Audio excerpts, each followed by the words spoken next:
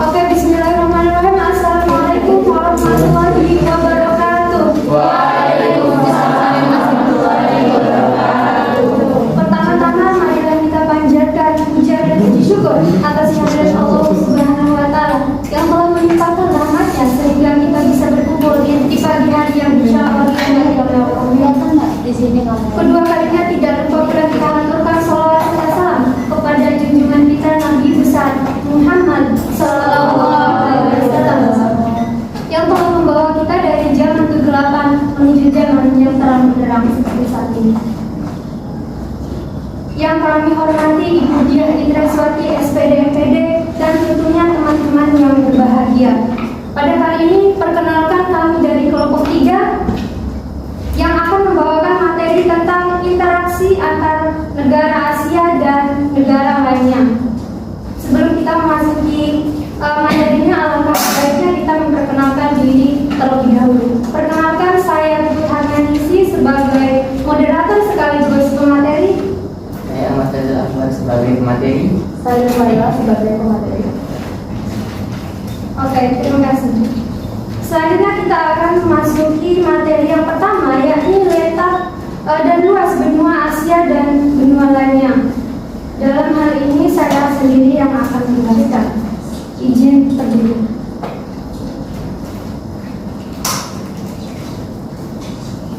Oke, letak dan luas benua Asia dan benua lainnya. Sebelum kita mengetahui letak dan luas benua-benua tersebut, alangkah baiknya kita mengetahui benua terlebih dahulu. Apa sih itu benua? Siapa yang tahu selain dari itu? Atau saya tunjuk? Atau kenangan? Oke. Benua adalah daratan yang sangat luas sehingga dia tidak mendapatkan pengaruh angin laut, begitu. Sedangkan secara geografi mengartikan benua bahwa dia tidak hanya menyangkut tentang fisik, baik berupa kawasan maupun wilayah. Akan tetapi dia juga menyangkut tentang aspek budaya maupun sosial yang terdapat pada kawasan maupun wilayah yang ada pada benua tersebut. Langsung saja, yang pertama ada benua Asia.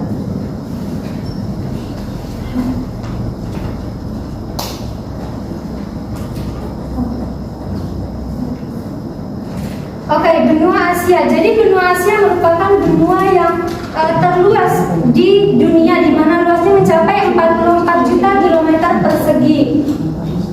Benua Asia sendiri terletak pada 26 derajat bujur timur sampai dengan 170 derajat bujur timur dan 11 derajat lintang utara sampai 80 derajat lintang utara.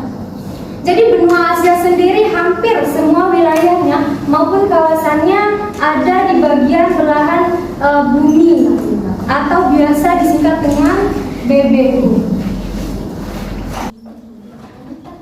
Oke, selanjutnya materi yang akan disampaikan oleh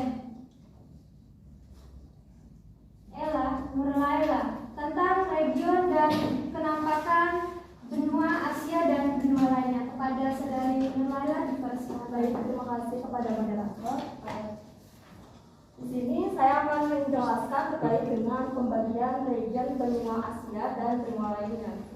Mungkin ada dari teman-teman yang masih ingat apa sih itu region? Mungkin ada yang tahu gitu? Bisa katakan? Benar sekali ya. Jadi saya akan menjelaskan lebih rinci terkait dengan region. Jadi, region itu adalah wilayah atau kawasan bagian dari permukaan bumi yang berbeda dan ditunjukkan oleh sifat-sifatnya yang berbeda dari yang lainnya gitu. Atau dia itu memiliki ciri khas tertentu gitu. Nah, yang pertama itu ada pembagian wilayah di benua Asia. Nah, jadi di mana benua Asia ini dibagi atas 5 kawasan gitu. Yang pertama ada kawasan Asia Barat, di mana kawasan Asia Barat ini diantaranya itu ada negara Arab Saudi, Uni Emirat Arab, Oman, Yaman, Armenia, Irak dan lain sebagainya. Dan yang kedua ada kawasan Asia Selatan, di mana diantaranya itu ada negara seperti Afghanistan, Pakistan, India, Bangladesh dan lain Dan yang ketiga, ada kawasan Asia Tengah, di mana diantaranya itu ada negara yang berakhiran tan gitu, seperti Kazakhstan, Uzbekistan, Tajikistan, Turkmenistan, dan lain sebagainya. Dan yang keempat, ada kawasan Asia Timur, di mana diantaranya itu ada negara seperti Tiongkok atau Cina, Korea Utara, Korea Selatan, serta ada negara penjajah kita yang dulu, yaitu Jepang gitu. Dan yang kelima, ada kawasan Asia Tenggara, di mana kawasan Asia Tenggara ini itu dibagi atas 11 negara gitu.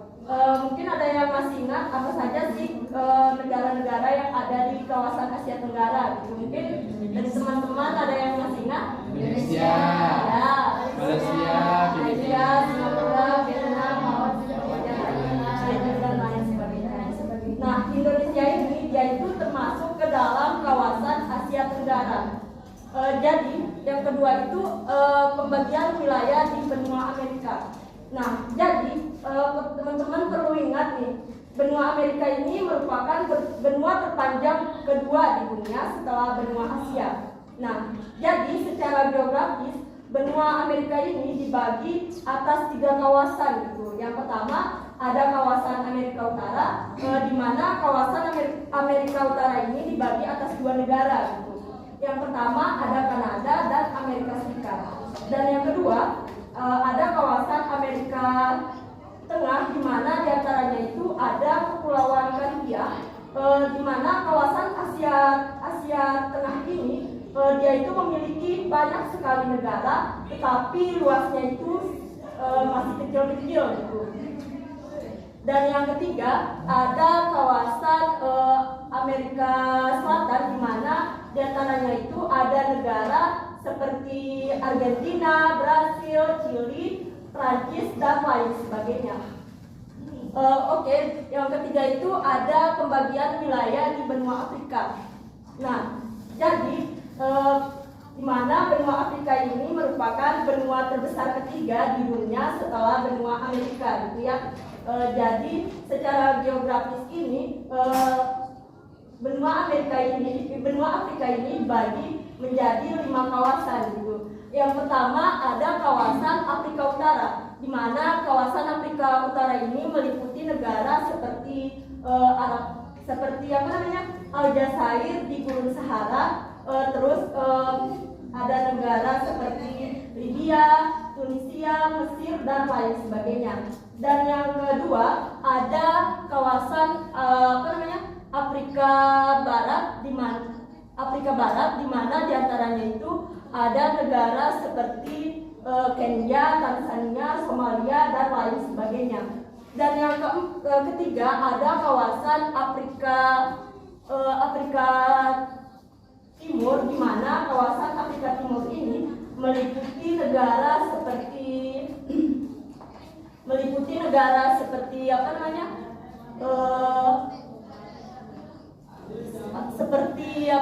Burundi, Madagaskar, dan lain sebagainya. Dan yang keempat ada kawasan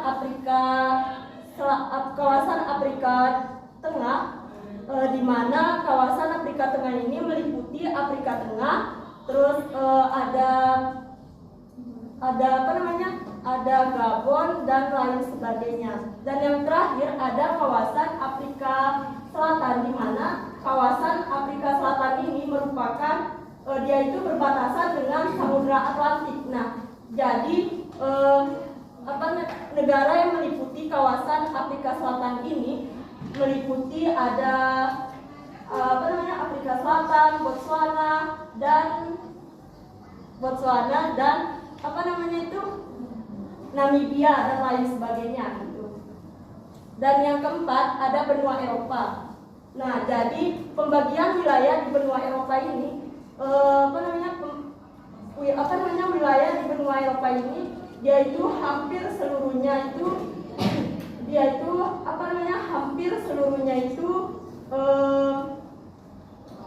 merupakan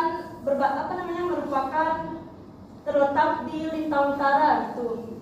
Nah, di benua Eropa ini dia itu sebenarnya itu daratannya itu hampir sama dengan benua Asia. Tetapi karena ciri atau karakteristik dan budaya-budaya yang ada di benua Eropa dan Asia ini berbeda, sehingga dia itu dipisahkan oleh benua Asia dan benua Eropa. Nah, jadi ada 4 kawasan yang terdapat yang terdapat di benua Eropa. Yang pertama ada Eropa bagian utara, di mana Eropa bagian utara ini diantaranya itu ada negara seperti Inggris, Inggris terus dan lain-lain gitu. Dan yang kedua ada kawasan benua Eropa bagian barat, di mana diantaranya itu ada negara Prancis, Belanda, Belgia, Swiss dan lain sebagainya. Dan yang ketiga ada kawasan Eropa bagian timur, di mana diantaranya itu ada negara seperti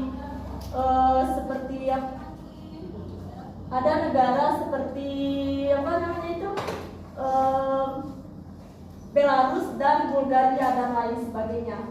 Dan yang keempat ada kawasan Eropa bagian selatan, diantaranya itu ada negara Portugis dan Spanyol. Nah, jadi yang kelima itu ada pembagian wilayah di kawasan benua Australia. Nah, jadi di kawasan benua Australia ini, dia ini sering disebut sebagai benua hijau, dikarenakan di kawasan benua Australia ini hampir seluruhnya itu memiliki dataran rendah gitu. Nah, negara-negara yang meliputi kawasan benua Australia ini ada Australia Selatan, Australia Barat,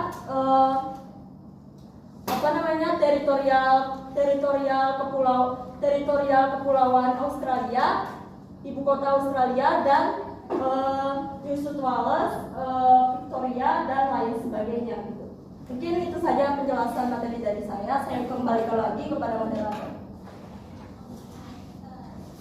Oke, saya ucapkan terima kasih kepada Saudari Nur Laila yang telah menyampaikan materinya.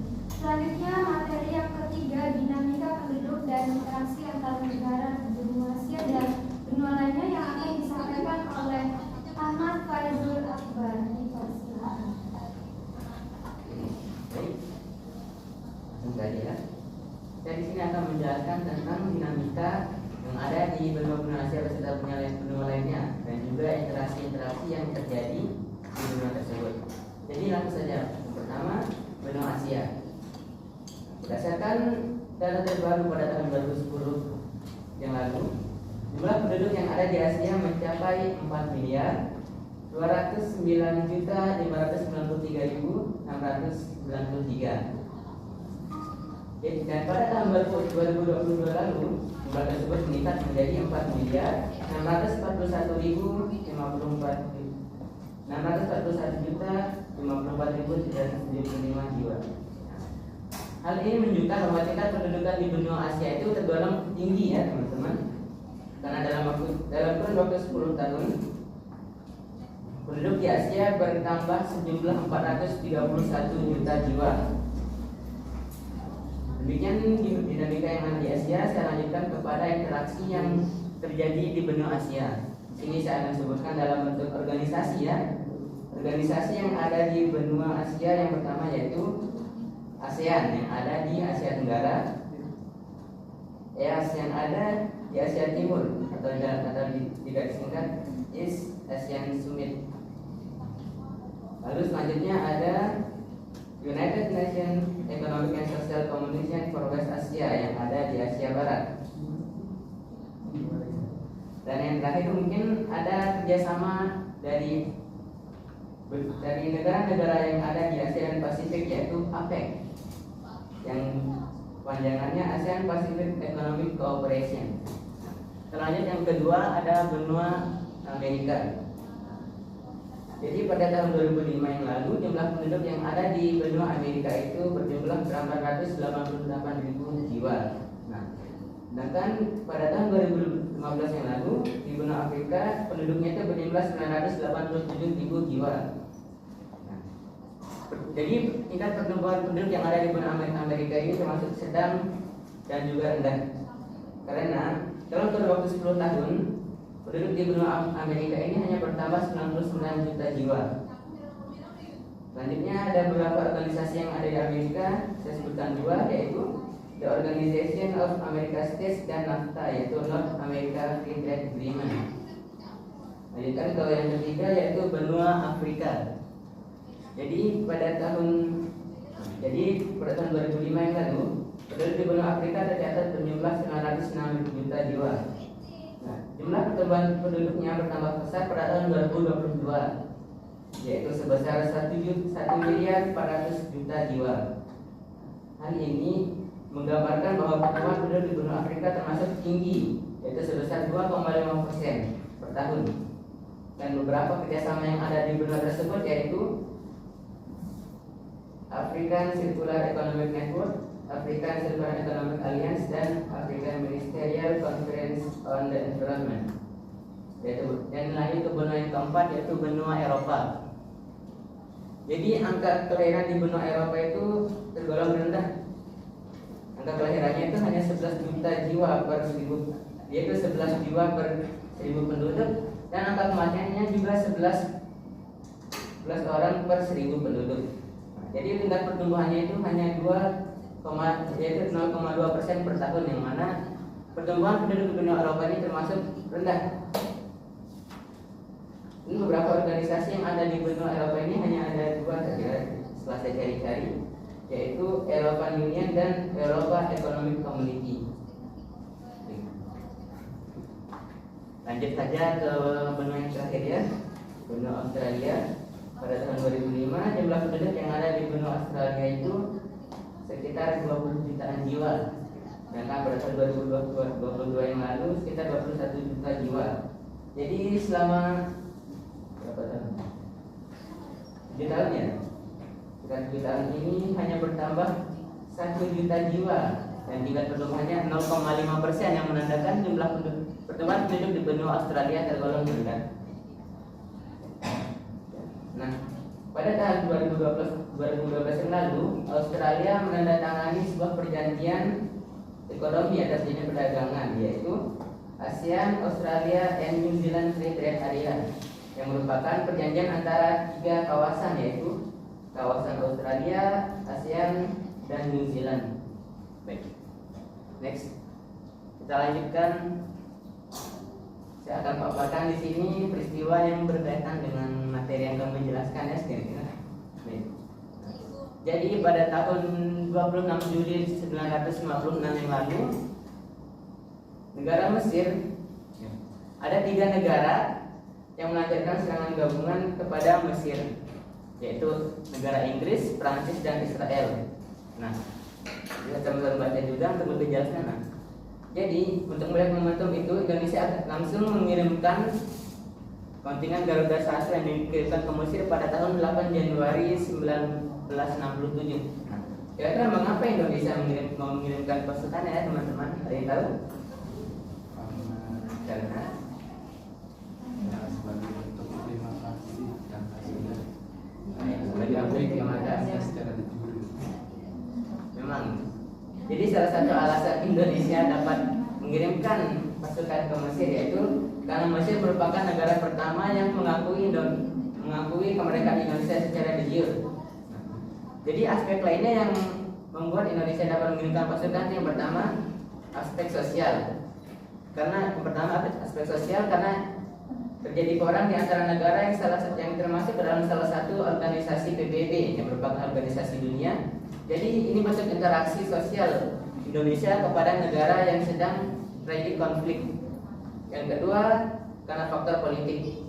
Jadi karena Mesir ini merupakan salah satu negara pertama yang mengakui Indonesia secara kemerdekaan, jadi Indonesia membangun hubungan politik yang bagus kepada Mesir, sehingga di saat Mesir dilanda konflik, Indonesia akan memberikan pasukannya. Sekian dari saya.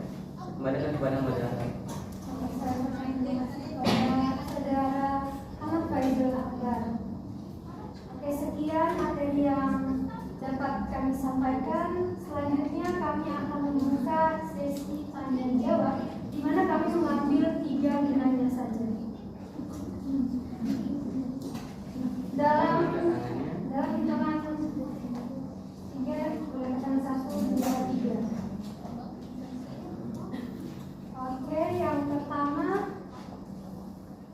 Safira Hidayati,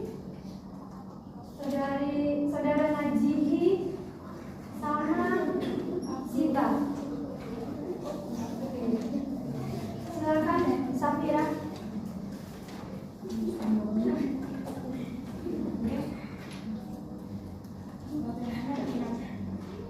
Mohon dibesarkan bagaimana dinamika penduduk di benua Asia dilihat dari faktor pertumbuhan penduduknya.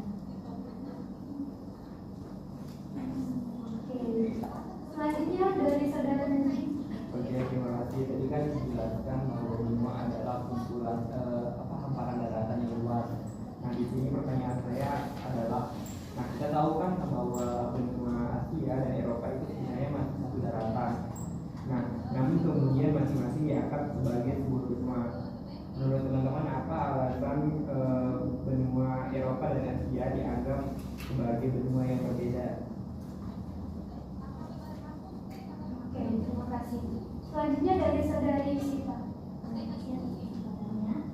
Asia memiliki penduduk yang besar dan tersebar secara tidak rata. Dan dari sini, apa yang menyebabkan penduduk Asia tersebar secara tidak rata? Oke, terima kasih. Oke, kami butuh waktu 5 menit untuk mendiskusikan kepada teman-teman. Oke, kita sambil bikin ya. Berhubung bentar lagi puasa, siapa yang punya adik umur 1 tahun, 2 tahun ya kan? Oke, bisa kita terapkan di adik-adik kita ya. Oke.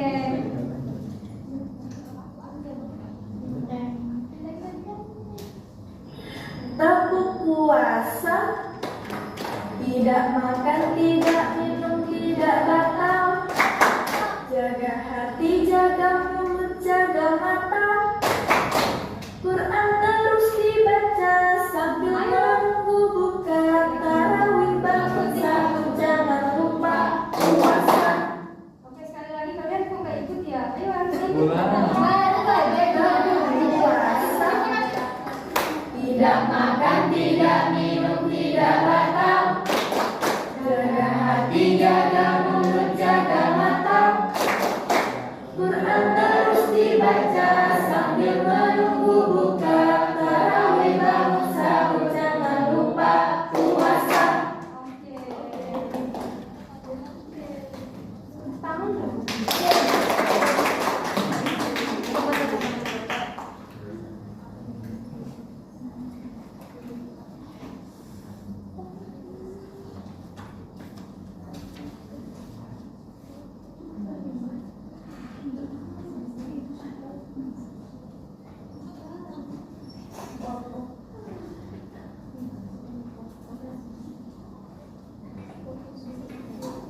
Oke, kami ucapkan terima kasih kepada teman-teman yang telah menunggu kami.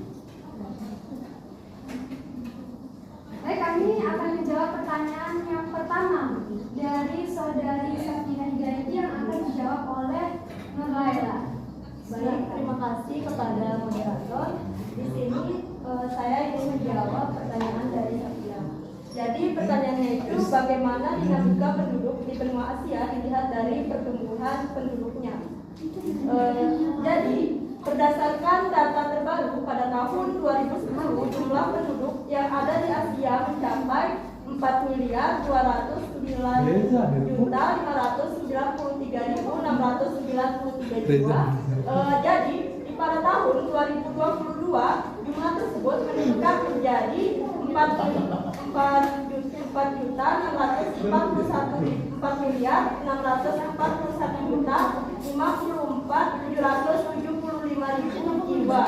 Nah, hal ini membuktikan bahwa penduduk di Asia ini bertambah menjadi 491 juta jiwa dalam kurun waktu 10 tahun. Mungkin itu saja penjelasan dari saya. Mungkin ada dari teman-teman yang ingin menambahkan. Oke, terima kasih Nur Laila. Apakah ada dari teman-teman yang ingin menanyakan pertanyaan dari kalian? Oke, saya rasa sudah jelas ya. Selanjutnya kita akan menjawab pertanyaan dari saudara Naji yang akan dijawab oleh Faiz. Dipersilakan.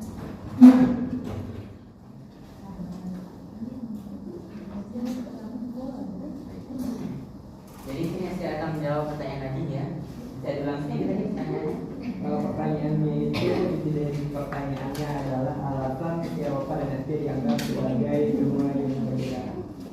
Jadi mengapa benua Asia dan benua Eropa ya? Pada saat daratan tapi kenapa menjadi dua benua? Jadi sini saya akan paparkan yang pertama alasan kenapa benua Asia dan Eropa walaupun pada daratan itu dipisah. Yang pertama karena etnis atau budayanya berbeda. Ya saya rasa mungkin ini salah satunya.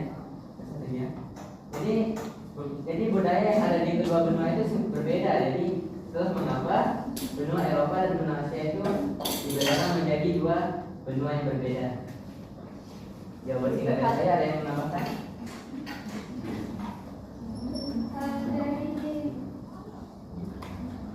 Turun dulu berarti.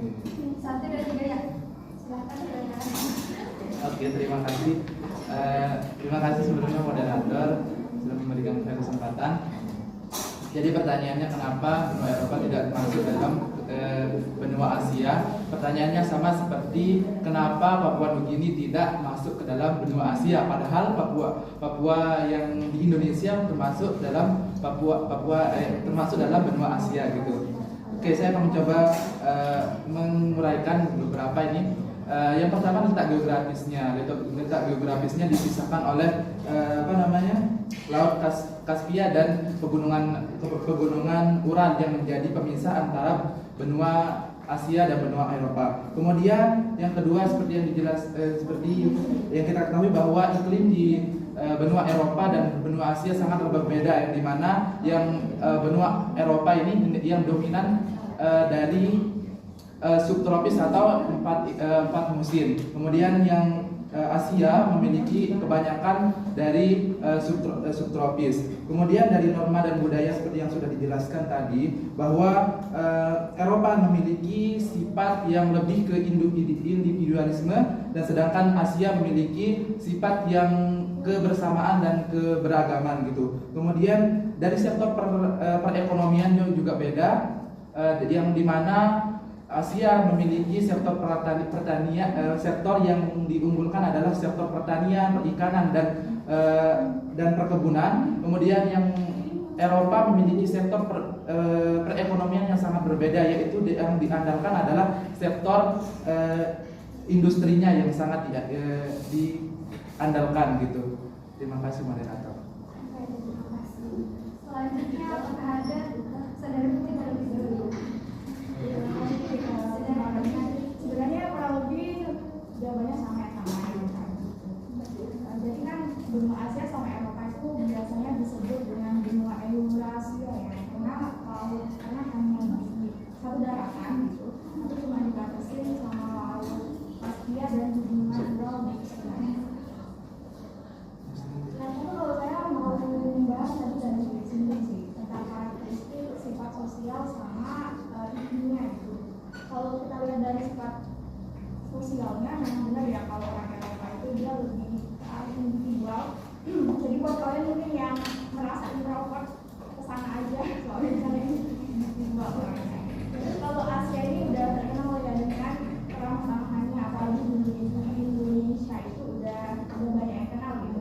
Kalau kita lihat dari karakteristik budaya, saya mau ke penduduknya dulu, tadi dibahas sebenarnya gimana penduduknya. Kalau di Asia itu dia lebih banyak ya, tadi penjelasannya itu 400 juta lebih, 4 miliar penduduknya itu di Asia ya. Terus kalau di Eropanya tadi 11,2 penduduk, itu di penduduknya. Terus kalau kita lihat kemajuannya, memang di Eropa itu udah maju banget ya dari sektor, di sana udah ada sektor industri dan juga teknologi. Tapi kalau di Indonesia memang masih ada masih di sebatas pertanian, perkebunan, perikanan dan juga perkebunan gitu. Terus tapi kalau kita lihat dari sosial budayanya, kalau di Asia itu dia memiliki budaya yaitu seni kaligrafi dan alat musiknya. Nah, itu agak berbeda dengan Eropa. Mungkin kalau di Eropa itu dia kayak lebih ke arah modern, tapi kalau di Asia itu masih kayak budaya-budaya kealamiahannya itu masih ada. Terus kalau iklim memang benar tadi ya, kalau di Eropa itu subtropis yaitu 4 musim, ada dingin, panas dan semi. Dan kalau di Asia sendiri ada iklimnya itu tropis atau 2 musim itu aja. Itu aja, makasih. Oke, saya ucapkan terima kasih kepada Putri. Selanjutnya apakah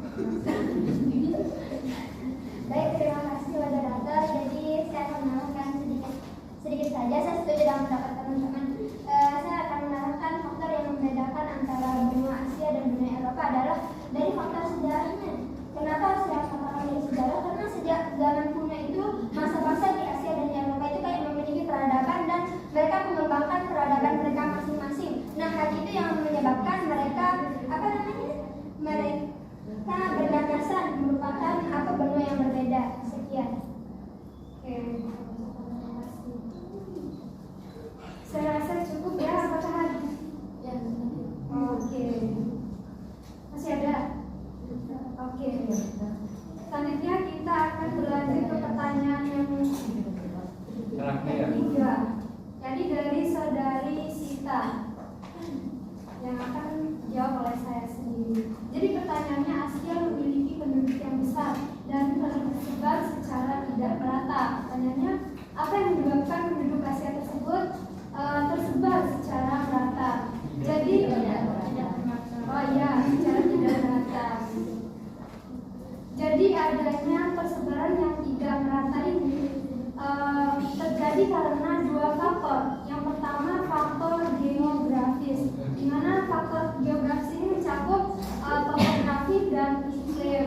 Dalam hal topografi, luasnya daerah pegunungan di Asia menjadi salah satu alasan utama penduduk berkumpul di sana. Dampaknya tidak hanya penduduk yang bermukim di wilayah pegunungan di daerah Tibet.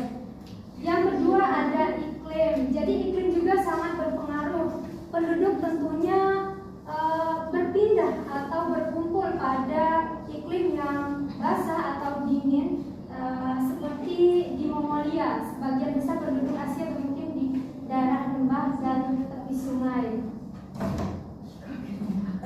Yang kedua ada faktor ekonomi. Dengan konsentrasi pertumbuhan di kota dan daerah subur, penduduk Asia berkumpul hanya di titik-titik tertentu saja, begitu.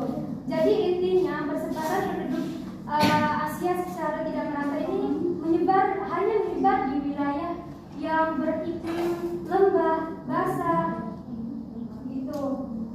Karena wilayah tersebut dapat berpengaruh kepada perdagangan mereka, begitu. Sekian. Apakah ada yang ingin menambahkan? Mengapa persebaran penduduk di benua Asia itu tidak merata? Nah, di sini faktor yang menurut saya penyebab dari persebaran penduduk itu tidak merata karena faktor kebudayaan dan teknologi.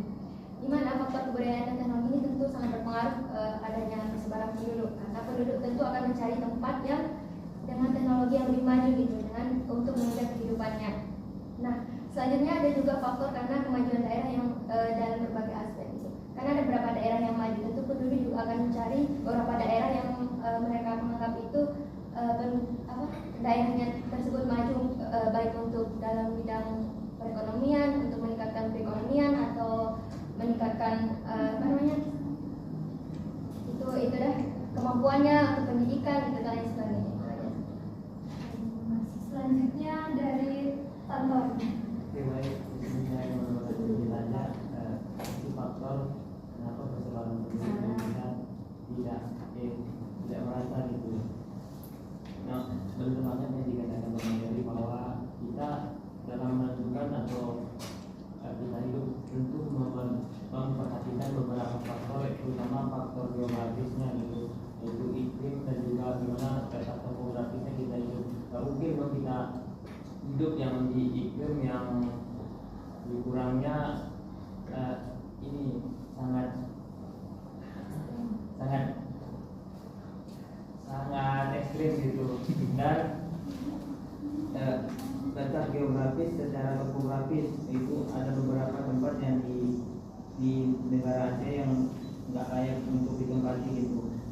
Yang kedua faktor ekonomis, yaitu banyak dari persebaran penduduk Indonesia yang akan memilih untuk tinggal di luar negara Asia dikarenakan ekonomi yang harus dituntut untuk bisa bertahan hidup atau survive gitu. Mungkin banyak juga kita yang ingin berpindah ke negara ataupun benua yang lain karena faktor ekonomi dan ingin mengupgrade diri gitu. Itu aja. Terima kasih. Oke, terima kasih. Selanjutnya dari saudari Ya, terima kasih Mas Gatot. Nah, yang pertama menurut saya hal yang menyebabkan persebaran penduduk tidak merata adalah dari segi kelahirannya itu. Kita tahu ya bahwa benua Asia ini adalah benua yang sangat besar gitu, tapi tentu saja kepadatan penduduknya berbeda-beda. Misalnya nih, kalau kita mau membandingkan antara negara Jepang dan negara kita, tentu saja tingkat kepadatan dari penduduk itu berbeda-beda. Yang dimana angka kelahiran di Jepang ini sangat rendah, berbeda dengan kita yang sangat tinggi gitu. Alhasil akhirnya hal ini mengakibatkan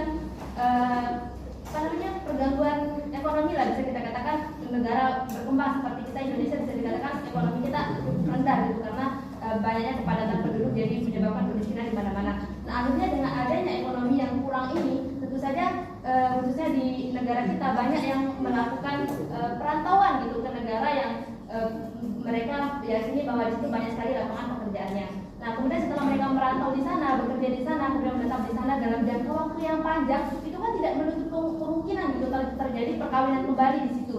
Nah, itu menurut saya beberapa faktor yang menyebabkan terjadinya ketidakmerataan penduduk di Asia itu sendiri. Oke, terima kasih. Selanjutnya dari saudara Alifah. Terima kasih moderator, saya nambahin sedikit aja. Jadi salah satu faktor yang menyebabkan penyebaran penduduk di Asia tidak merata menurut saya karena faktor politik. Karena yang kita ketahui kan beberapa negara di Asia itu telah mengalami konflik ya yang sudah berlangsung sejak lama. Contohnya kayak di Afghanistan itu kan menyebabkan keadaan di sana tidak aman dan juga infrastrukturnya jadi rusak. Jadi menurut saya penduduk-penduduk yang ada di daerah konflik seperti itu mereka pindah ke tempat yang lebih aman untuk mereka tinggal. Jadi itu menyebabkan penyebarannya tidak merata. Terima kasih Alifah. Saya rasa satu lagi ya. Oke, yang terakhir Pak Tia. Terima kasih saya sangat setuju sekali dengan pendapat sendiri tentang tingkat pertumbuhan di benua Asia itu berbeda-beda. Kita tahu bahwa tahun kemarin kita mengira terjadinya resesi di Jepang dan Korea karena mereka itu bukan memiliki anak atau enggak menikah karena biaya pendidikan yang tinggi. Nah, itu salah satu faktor penyebab kenapa penyebaran penduduk di Asia itu tidak merata. Ya, dari sesi tanya jawab kita, saya akan memberikan kesimpulan pada materi kami bahwa benua Asia merupakan benua yang terluas di dunia dan terdiri atas banyak negara. Setiap negara tentunya berada pada benua tersebut memiliki potensi alam dan sosial budaya yang berbeda-beda. Begitu. Jadi harapan kami setelah teman-teman mengetahui materi interaksi antar negara, kami harap teman-teman bisa mengetahui terutama mengetahui materi ini. Sekian dari kami. Jalan-jalan, kalau jalan menginjak bumi, kalau terbang menginjak awan. Sekian dari kami.